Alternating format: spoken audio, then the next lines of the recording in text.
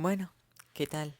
¿Todo bien? Eso espero. Hoy les traigo un nuevo resumen, en este caso de salud y adolescencia, el cual vamos a hablar principalmente de trastornos de la conducta alimentaria, el apego, alimentación en general y drogas en general. Así que haciendo aclaración de que no soy la profesora, claramente me puedo equivocar y probablemente lo haga. Y el Word, como siempre, va a estar abajo en la descripción. Creo que puedo comenzar. Hablando acerca del modelo biopsicosocial. Este postula una relación entre los factores más importantes en la actividad humana: el biológico, psicológico y social. Por eso, biopsicosocial. Este está hecho para poder entender mejor la salud desde demás puntos de vista, y la alimentación como una combinación de factores en lugar de solo verlos desde el punto de vista nutricional y con nuestros sentidos. Ok, apego. El apego es la vinculación afectiva intensa, duradera y de carácter singular que se desarrolla entre dos personas. Su principal objetivo es mantenerse cerca de estas personas en momentos de peligro para otorgar la seguridad, consuelo y protección. Desde esta figura de apego exploramos el mundo y cuando estamos mal buscamos apoyo en esta. El perder esta proximidad puede generar el efecto contrario: ansiedad, desolación y abandono. Ok, la teoría del apego. Esta fue planteada por Bowley. Este decía que es muy probable que un niño que creció sin mucha relación con personas no quiera comer. Esto se debe a que de pequeños los bebés relacionan el recibir comida con la experiencia placentera del contacto con su figura de apego. Esto es fundamental para el desarrollo de los niños a nivel psicológico y biológico. Ok, pasando al apego en la adolescencia. En la adolescencia el objeto del apego cambia de los padres a los pares y se empieza a buscar este vínculo en amigos, aunque en esto se busca compañía, cercanía, apoyo y seguridad. Mientras que se intenta alejar a los padres, aunque se sigue necesitando de estas. Ok, ahora pasando a alimentación. Una dieta sana es la que se considera sana, adecuada, racional y vinculada con una dieta prudente, pero en el último tiempo se empezó a dar más importancia a que la comida sea rica o práctica antes que sea saludable. Ok, obesidad.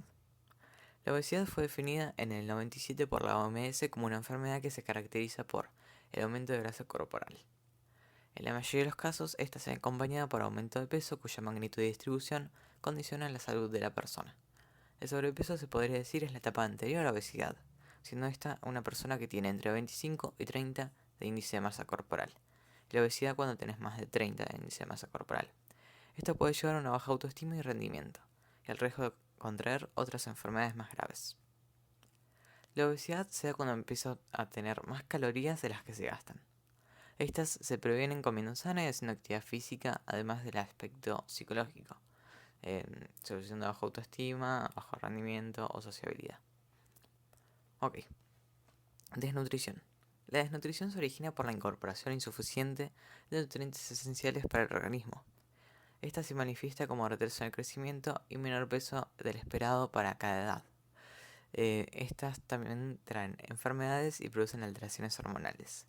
También existe la deficiencia de micronutrientes, que es cuando te falta un nutriente específico como el hierro, la vitamina A o el ácido fólico, por ejemplo.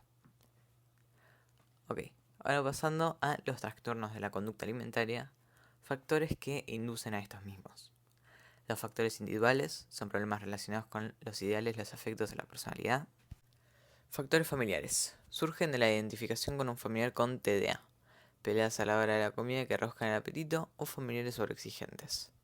Y factores socioculturales. Estos son los relacionados con las ideas representadas por la sociedad, con el éxito y con la presión sobre determinadas características del cuerpo. Pasando al primer trastorno de la conducta alimentaria que veremos, anorexia. Esta se caracteriza por inhibir un instinto vital como es la alimentación. Las causas de esta enfermedad son problemas con el desarrollo de la personalidad y dificultad para establecer un apego.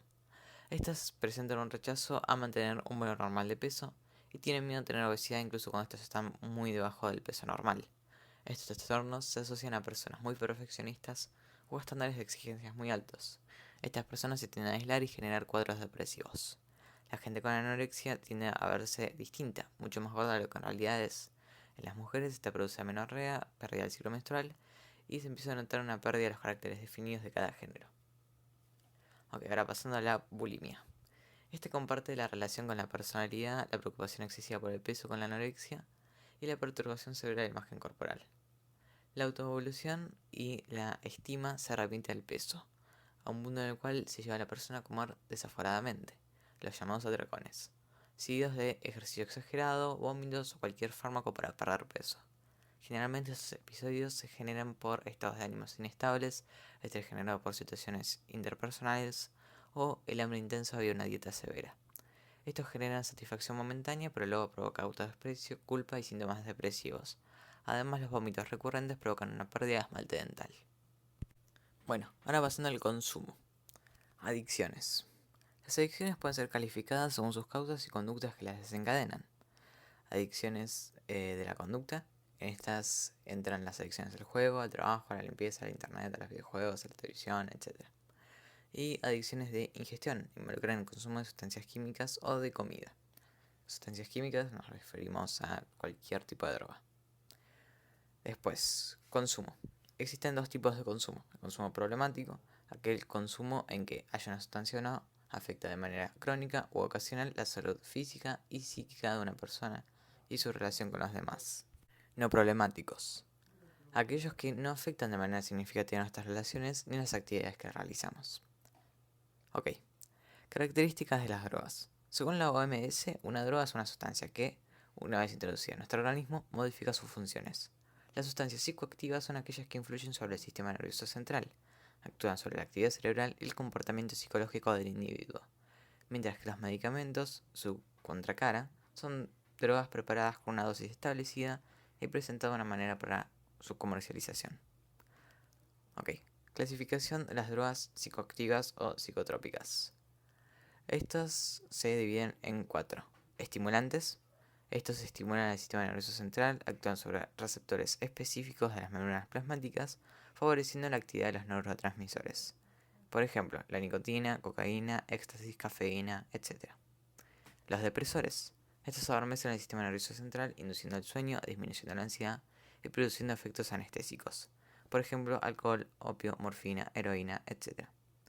Alucinógenos. Estos se caracterizan por producir distorsiones en la percepción de la realidad, distorsionan la percepción de los estímulos o puede producir pérdida de la noción de tiempo-espacio. Se supone que en alucinógenos, según el libro, también va la marihuana y el hachís, que es un derivado de la marihuana. Pero la profe nos había dicho que existía algo llamado cannabinoides, que son todos los derivados de marihuana, la planta, y que afectan nuestros receptores cannabinoicos. Pero el libro no los toma, así que no los puse explícitamente en resumen, simplemente los nombro, ya que son bastante sencillitos. Ok, ahora pasando a las formas de consumo. Existe el uso, se le denomina uso cuando la persona prueba o consume esporádicamente sin ninguna regularidad en tiempo o espacio. Por ejemplo, tomarte un vaso de vino o tomar un medicamento con prescripción médica. El abuso, este se produce cuando la persona consume con frecuencia, es decir, que es una actividad sistemática en el tiempo y espacio. La persona sabe que en determinado momento tomará. Por ejemplo, cuando se toma antes de ir a bailar. Y la dependencia o adicción. Ocurre cuando la persona no puede dejar de consumir, ya que esto generaría abstinencia, es decir, el malestar por la privación de consumir lo que sea. Ok, factores que llevan a la adicción. Están los antecedentes, estos dependen de la historia personal de la persona, la visión negativa del mundo o la identificación con modelos negativos. Los condicionantes, estos factores se establecen con el medio sociocultural, por ejemplo, por un caso de violencia o abuso en la familia o por situaciones en la escuela. Estos dos se engloban en predisponentes y se dividen en individuales, macrosociales y microsociales. Factores predisponentes, los macrosociales serían los de la sociedad, la cultura de consumo en la que vivimos. Los microsociales serían nuestro círculo cerrado, social, familia, amigos, escuela. Y los individuales, la estructura psicobiológica nuestra. Por ejemplo, el haber tenido una enfermedad, algún trauma, lo que sea. Y por último están los factores desencadenantes. Estos se generan a partir de una situación límite, como la muerte de un familiar, divorcio de los padres o un accidente con secuelas permanentes.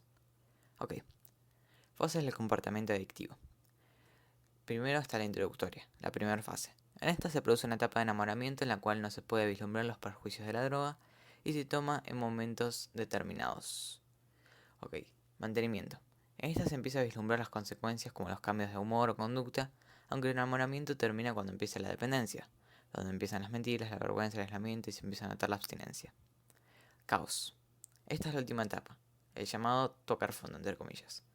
En esta la persona ya no es capaz de organizarse, pero tampoco de reconocer el problema. No puede tomar ninguna decisión y en general el tratamiento es involuntario. Ok, factores de protección. Estos son factores que influyen positivamente en la persona a que no caiga en las drogas, por así decirlo. Identidad. La manera de ser y de sentir cuya protección surge a partir de las experiencias a lo largo de la vida. Autoestima. La valoración positiva que tenemos sobre nosotros mismos influye positivamente y da fuerza para enfrentar distintas situaciones problemáticas o conflictos. Autocuidado. Existe cuando la persona se quiere, se valora y toma decisiones saludables sobre su persona. Y sobre todo la tolerancia a los errores. Entender que la vida no siempre las circunstancias se resuelven con éxito. Igualmente, esta problemática ya no es individual, sino que vivimos en una sociedad de consumo, en la cual hay que tener más para ser mejor, y las drogas no son la excepción a la regla. Las instituciones y las familias son vitales para dar información acerca de las drogas. Ok, por último, vamos a dividir las drogas en legales e ilegales, lícitas o ilícitas, o socialmente aceptadas o socialmente no aceptadas. Primero, las legales, lícitas o socialmente aceptadas. Estas, como por ejemplo el tabaco o el alcohol, son mostradas en distintos medios audiovisuales como algo positivo sin señalar sus perjuicios. En el caso del tabaco se instauró una regulación en la legislación para evitar que no fumadores absorban el humo en comercios y lugares públicos, visibilizando así la problemática de los fumadores pasivos. Mientras que las drogas ilegales, ilícitas o socialmente no aceptadas, estas son las drogas prohibidas de acuerdo a la legislación. En nuestro país es ilegal tener o consumir aún para uso personal, dándoles cárcel, aunque si solo posee puede optar por un tratamiento. Nuestra legislación está más centrada en los castigos, pero en otros países se opta más por el tratamiento o rehabilitación. Bueno, hasta aquí llega el resumen de hoy. Espero que les haya gustado, espero que les haya servido. Les deseo suerte en la prueba y recuerdo que si no se me entendió algo, si me trabé, si lo que sea, está el lugar en la descripción, así que lo pueden ir a descargar y leer. Un saludo.